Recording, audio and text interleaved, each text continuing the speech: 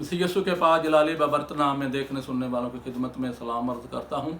तो जिस तरह मैंने बताया कि मेरा मसीहा पूरी दुनिया के लिए आया, उसकी मसीहाई पूरी दुनिया के लिए है, और आज भी हर मज़हब हर कौम उसकी मसीहाई का इकरार करता है।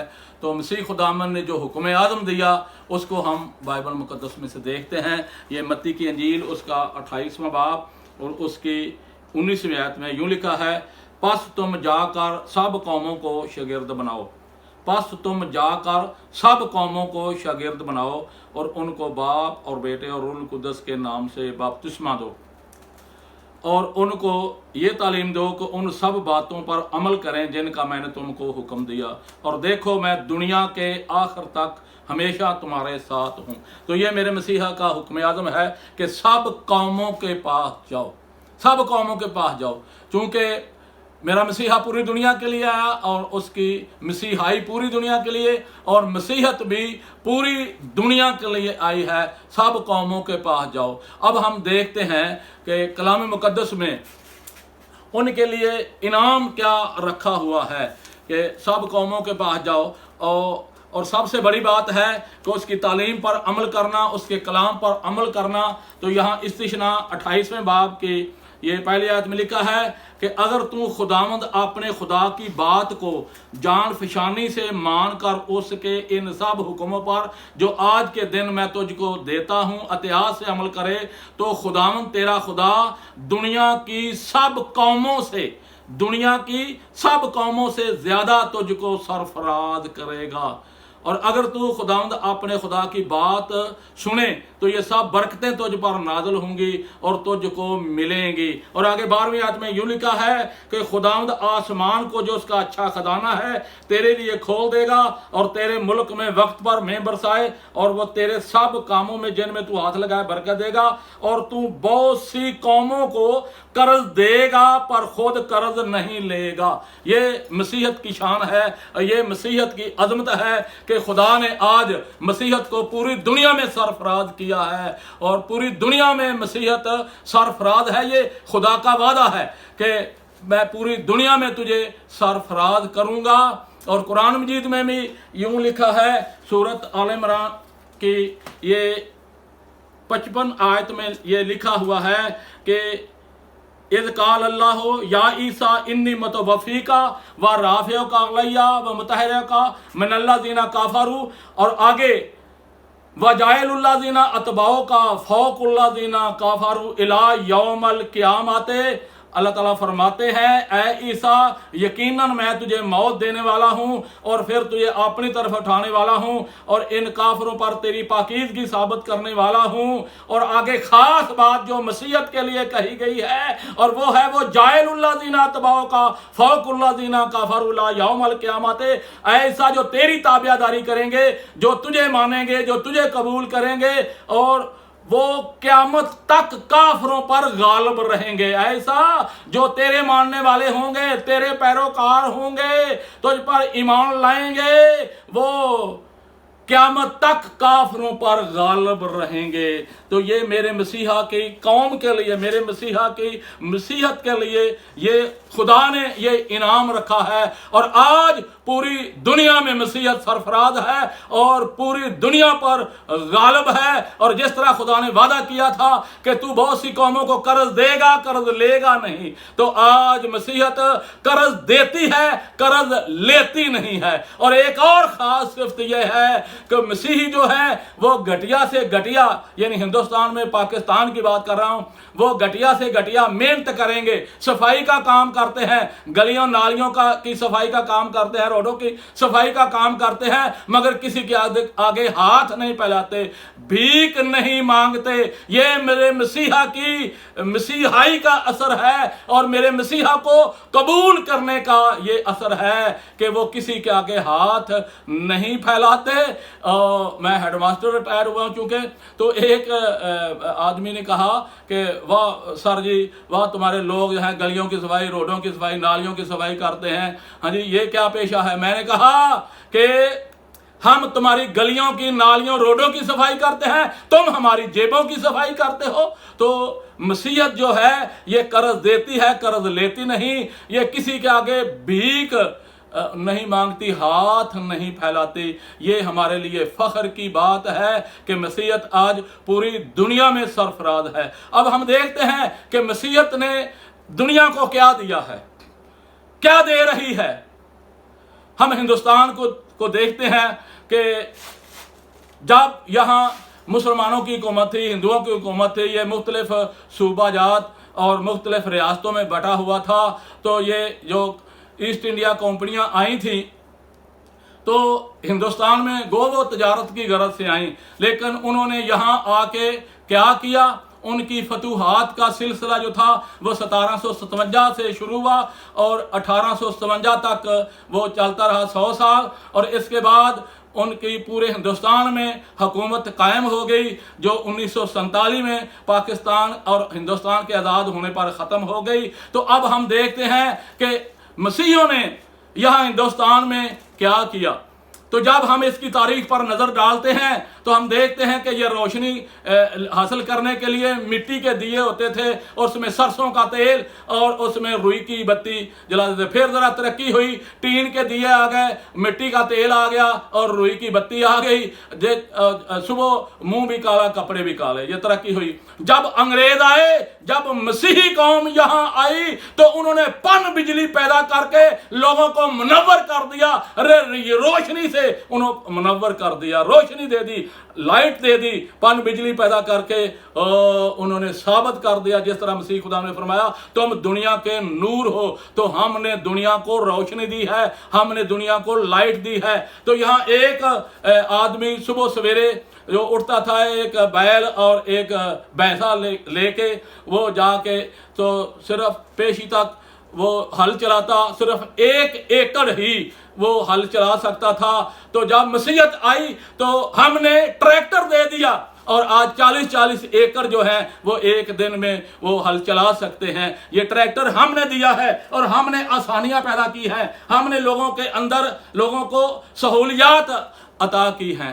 اب جو ڈاک کا نظام تھا، یہ جب کوئی یہ غمی خوشی ہو جاتی تو لوگ نائی کو، ماچھی کو، مراسی کو بھیجتے تھے اور کہتے تھے یہ لاگی آ گیا ہے۔ اور پھر پہلے انہوں نے ڈاک کا نظام جو شروع کیا اور پھر انہوں نے یہ موبائل دے دیا ہے۔ تو اب کوئی امریکہ میں بیٹھا ہوا ہے تو وہ بات کر رہا ہے، کوئی گلے گاڑی پر بیٹھا ہے تو وہ بھی بات کر رہا ہے، اگر جہاں بھی بیٹھا ہوا ہے وہ موبائل سے اس پر بات کر رہا ہے۔ ہم نے دنیا کو سہولیات دی ہیں، ہم نے دنیا کو نئی ٹیکنالوجی دی ہے، ہم نے موبائل دے دیا ہے کہ جہاں بیٹھے ہو بات کرو۔ اور پہلے جو تھے منشی تھے وہ ان کے کھاتے آپس میں نہیں ملتے تھے، نہ وہیوں کے ساتھ کھاتے ملتے، نہ کھاتوں کے ساتھ وہیاں، اور منشی حساب کر کے مر جاتے تھے۔ ہم نے کمپیوٹر دے دیا ہے، 1 منٹ میں پوری دنیا کا ڈیٹا جو ہے وہ سامنے آ جاتا ہے، کیونکہ مسیحیت جو ہے وہ عالمگیر مذہب ہے۔ اس نے دنیا کو سہولیات دی ہیں، اس نے دنیا کو آسانیاں پیدا کر دی ہیں، اور آج پوری دنیا میں جس طرح بائبل مقدس میں لکھا ہے کہ تو قرض دے گا قرض لے نہیں، پوری دنیا میں مسیحی مذہب جو ہے وہ دوسروں کو قرض دے رہا ہے۔ اب ہم آ جاتے ہیں کلچر کی طرف کہ جب یہاں انگریز آئے تھے تو یہاں کا لباس کیا تھا؟ وہ دھوتی باندھتے تھے اور اوپر کرتا ڈالتے تھے۔ تو جب مسیحیت آئی تو انہوں نے یہ پینٹ کوٹ، یہ نیا کلچر جو تھا وہ ہندوستان کو دے دیا۔ اب فوج میں ہے تو پینٹ کوٹ پہنتا ہے، اور اگر پولیس میں ہے تو پینٹ کوٹ پہنتا ہے، اور یہ پینٹ شرٹ جو تھے یہ مسیحیت کا کلچر ہے جو پوری دنیا نے اپنایا ہے۔ کلچر اس وقت تبدیل ہوتا ہے جب وہ دیکھتا ہے کہ میرے کلچر سے اس کا کلچر اعلیٰ ہے۔ تو مسیحیت کیونکہ عالمگیر مذہب ہے، اس لیے اس کے کلچر کو، اس کے لباس کو پوری دنیا نے اپنایا ہے۔ اب ہر شخص پینٹ شرٹ پہنتا ہے، پینٹ کوٹ پہنتا ہے، ٹائی لگاتا ہے، جتنے وکیل ہیں وہ ٹائی لگاتے ہیں، جج ہیں تو ٹائی لگاتے ہیں، کوئی افسر ہے تو ٹائی لگاتا ہے۔ یہ جو ٹائی ہے یہ صلیب کا نشان ہے، اور اس میں ایک پیغام ہے میرے مسیحا کا کہ تیری یہ شان میرے صلیب پر جان دینے سے ہے۔ اس کے گلے میں جو ٹائی ہے وہ اسے پیغام دے رہی ہے کہ تیری یہ شان ہے، تیری عظمت ہے، تیری جو افسری قائم ہے یہ میرے صلیب پر جان دینے سے ہے، کیونکہ میرے مسیحا نے صلیب پر جان دے کے ہر قوم، ہر قبیلہ، جس طرح مکاشفہ میں لکھا ہے کہ तूने ज़बा होकर हर एक कौम कबीला नस्ल कौम के वास्ते खुदा के वास्ते लोगों को ख़रीद लिया है।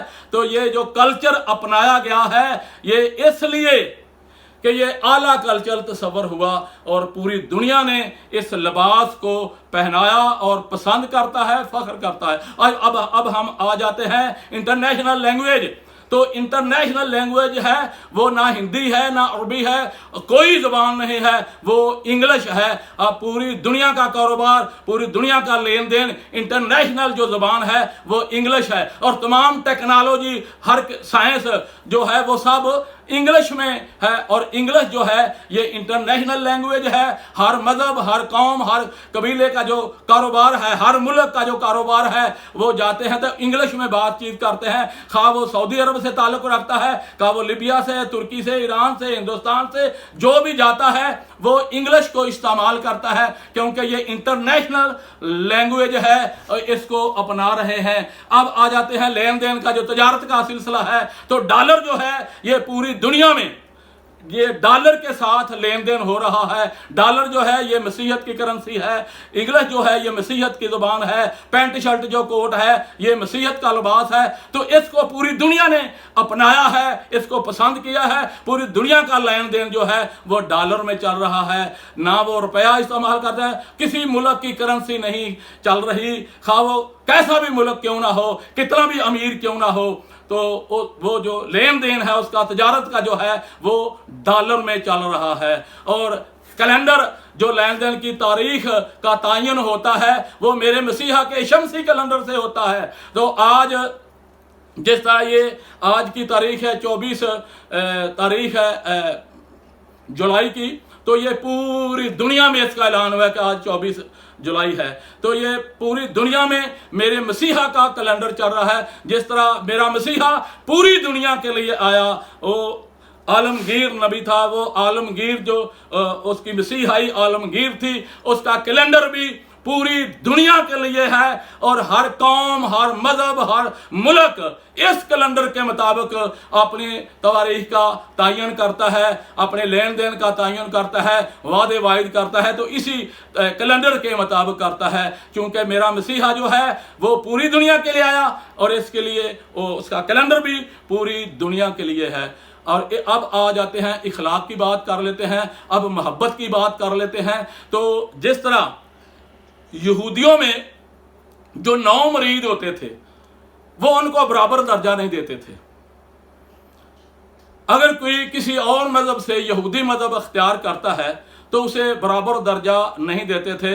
जैसे यहूदी सामरियों से नफरत करते थे, इसी तरह हिंदुस्तान में हम देखते हैं तो हिंदू कौम में 4 जातें हैं, ब्राह्मण, वैश्य, क्षत्रिय, शूद्र। तो शूद्रों से सब लोग नफरत करते थे, ब्राह्मण नफरत करते, वैश्य नफरत करते, क्षत्रिय नफरत करते थे। और उनमें ये नफरत का हिटनेस का जो उनमें ये तस्वर है, कॉन्सेप्ट है, वो हिंदुओं में मौजूद है। इसलिए जिस मजहब में नफरत का कॉन्सेप्ट है वो आलमगीर मजहब नहीं हो सकता। इसी तरह इस्लाम में भी ऐसा ही है कि वो दूसरे मजाहिब से नफरत करते हैं, अपने आप को आला समझते हैं। और जो दूसरों से नफरत करता है, जो मजहब दूसरे मजहब को अपने से घटिया जानता है कि ये हमारे मजहब के बराबर नहीं है, वो आलमगीर मजहब नहीं हो सकता।